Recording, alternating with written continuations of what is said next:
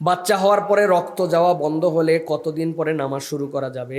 যদি 40-45 দিনের মধ্যে তার আগেই রক্ত বন্ধ হয়ে যায় তাহলে বিধান কী হবে? প্রিয় ভাইরা, মেয়েদের দুইটা রক্ত, একটা হচ্ছে মাসিক আর একটা হচ্ছে নিফাস, হায়েজ আর নিফাস।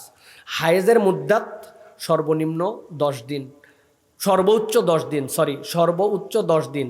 10 দিনের পরেও যদি তার মাসিক রক্তস্রাব চলে তাহলে সেটা ইস্তেহাজা, তাহলে ওই অবস্থাতে তাকে গোসল করে পবিত্র হয়ে পট্টি লাগায় নামাজ পড়ে ফেলতে হবে। 10 দিনের পর কোনো হায়েজ নাই।